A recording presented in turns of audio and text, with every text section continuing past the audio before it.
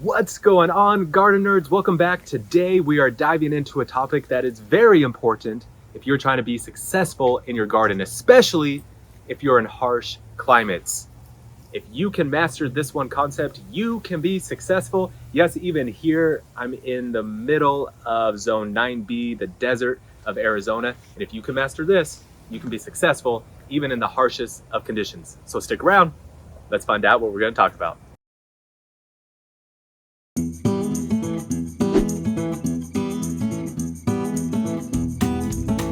All right, so let's get started. As I said, to be successful in the garden, to be successful growing things, you have to master the art of microclimates. Okay, but what exactly is a microclimate? People hear that word and they're like, I don't know what that is. It's very simple. A microclimate is simply an area in your yard or on your land that has a different climate than the rest of the area. So a microclimate can be as little as right here, or it could be as big as 30 acres on a huge plot of land. It can be as small or as big as you want, but you have to master microclimates. So let's talk about how to do that. Microclimates can vary based on a variety and number of different factors. For instance, right now I am standing here in the shade of a tree, or here on concrete where there's no trees and no shade and the sun is blasting down on me and the sun is glaring off of the water.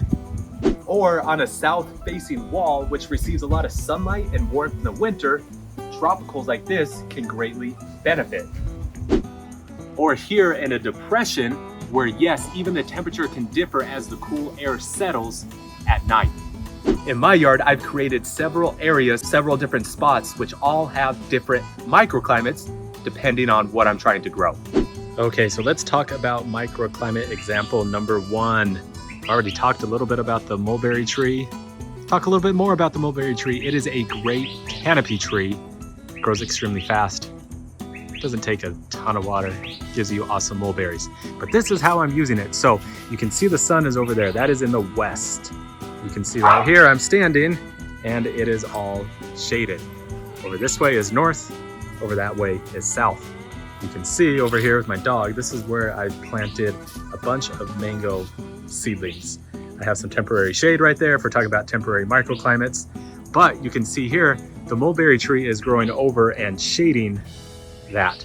It's also giving shade over here on the west side to these baby mango trees, which need a little bit of shade in the summer. So that is a microclimate in the summer. Now let's talk about in the winter. Mulberry trees are deciduous. They're going to lose their leaves in the winter. Why is that important? Because mango trees need warmth in the winter. They need sun in the winter. In the winter, the sun is going to be shining down this way onto these mango trees. It's going to heat up this wall, which is going to give the mango trees warmth during the summer. And so here's how a microclimate can work in both ways. In the summer, it provides shade. In the winter, it opens up, loses its leaves, and provides warmth and sun. That is example number 1 of using microclimates in your yard. Example number 2 of using microclimates in your yard, we talked a little bit about orange jubilee. So you can see the orange jubilee here. The orange jubilee is directly to the east of my mango tree. Sorry, not mango tree, directly to the east of my avocado tree. You can see it has a little bit of sun damage. These leaves are gonna fall off soon anyways. But avocado trees need lots of shade, especially when they're young. So how have I given this avocado tree shade?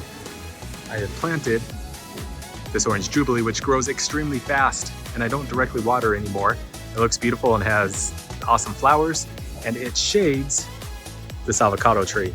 And then if you come right here, directly to the west, there's an orange tree that grows up and it shades the avocado tree from the afternoon sun. Additionally, I have this palm tree, which gives some filtered shade directly overhead of the avocado tree. So this is a more sensitive plant. This plant needs a microclimate. If you just go and put the avocado in the middle of a hot, dry yard, it's going to die. But if you put it in an established microclimate where it's in between an orange jubilee and an orange tree, and filtered shade up there, that's a star fruit up there growing tall, then suddenly it's going to be able to thrive and it's going to be just fine. That's example number 2 of using microclimates in your yard. Example number 3 of using microclimates in your yard. This is a garden bed. This garden bed can grow things inside, like habaneros. During the summer, it can grow other things as well. During the winter, it can grow other things as well. Earlier in the summer, I had strawberry plants growing right there. So I use this as a microclimate, a very small microclimate, but my pepper plants, my habaneros, I've had some other peppers in there as well. They need some shading during the middle of the summer. Watermelon love to grow and spread out. They also love full Arizona sun. So what do?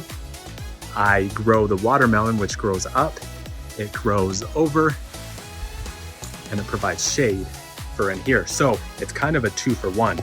I can plant something in there, and then I can plant something up here. So I'm getting double the plants within the same space, and they are thriving and helping each other because, again, the watermelon wants to grow up and provide shade, and the pepper plants want shade. That's example number 3 of using microclimates in your yard. All right, so you guys just saw the examples. Now I want to get a little bit more in detail. How do we create these microclimates? Well, one way is by planting big canopy trees, shade trees, like this mulberry right above me. You can see we're standing in the shade here. You can plant immediately these canopy trees. These canopy trees can take full sun. They don't require tons of water. They give shade. They keep things warm in the winter as they protect, and they help reduce wind, which can come into your yard. There's also a number of other benefits, but planting canopy trees are the first thing that you can do in building your microclimate. I made a video about fast growing trees that do well in Zone 9B. You can check that out here.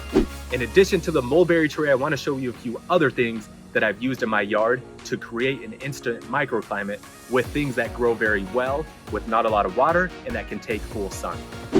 I love using Orange Jubilee. I have a video on Orange Jubilee. You can check it out here.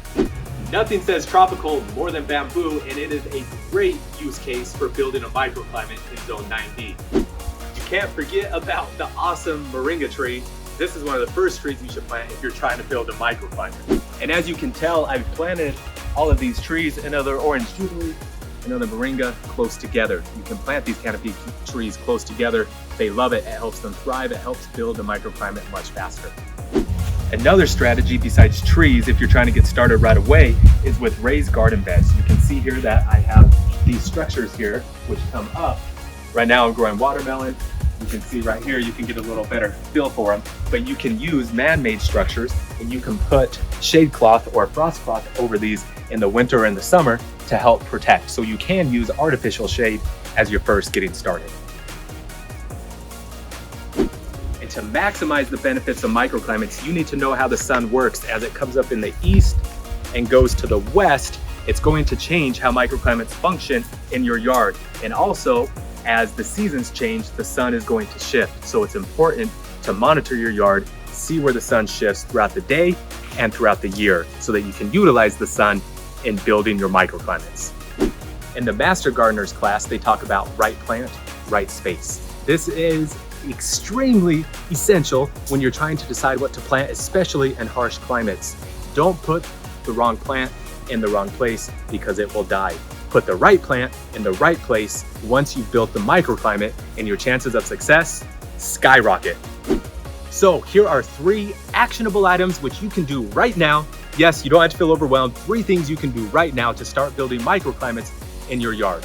1, go plant a canopy tree, moringa tree, mulberry tree, Royal Poinsettia. There's tons of different options. Go plant one now. That's number 1. Number 2 is you can use artificial shade right now in your garden. If you have not built a microclimate yet, but you're planting things that need help, you can use artificial shade, artificial protection in the winter to protect your plants.